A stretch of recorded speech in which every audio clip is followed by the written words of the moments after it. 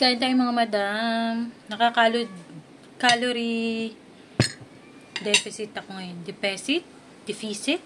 Basta yun. Yung bawas ng calorie. Ito mga madam, isang slice lang ng chicken breast. Mataas ang protein yan. And then gulay. And then tomato. This is my lunch. Isang tomato. Siguro mga ano ito? Mga 400 calories. Yung ganito kadami na coffee, 4 calories lang mga madam.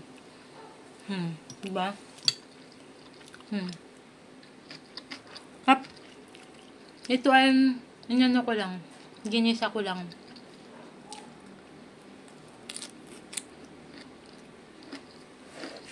Cauliflower.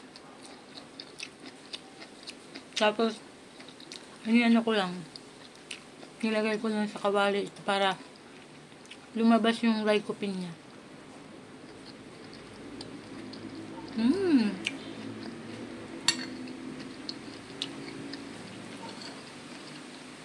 Ang target calorie ko mga madam, mga 1.4 a day.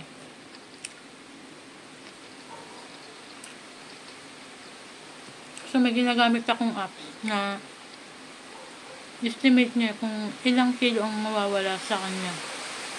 Sa akin, pag 1.4 lang yung aking calorie na in-intake sa isang araw.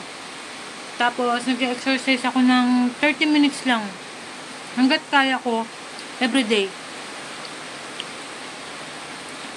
Naka-estimate niya na calorie na na-burn niya in 30 minutes. 6 kilometers per hour. Nasa 210, 212 na calories. Okay na rin kaysa sa wala, diba? So, I will take slow. Hindi tayo magmamadali. Gusto lang natin na maging healthier version tayo. Kahit nadapa ako nun ng pagdadayat, pwede naman bumangon, diba? Pag nadadapa, bangon agad.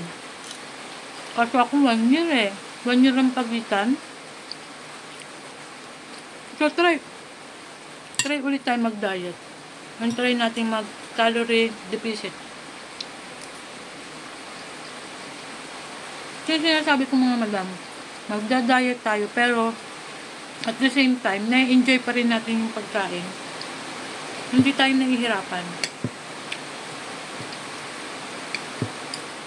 Sarap. Promise mga madam, ang sarap. Kahit ginisa lang yung cauliflower.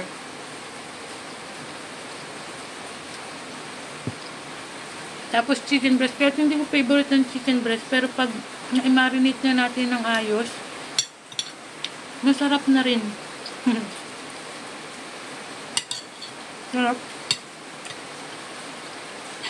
Yung kanin ko mga madam, estimate ko siguro mga 120 grams.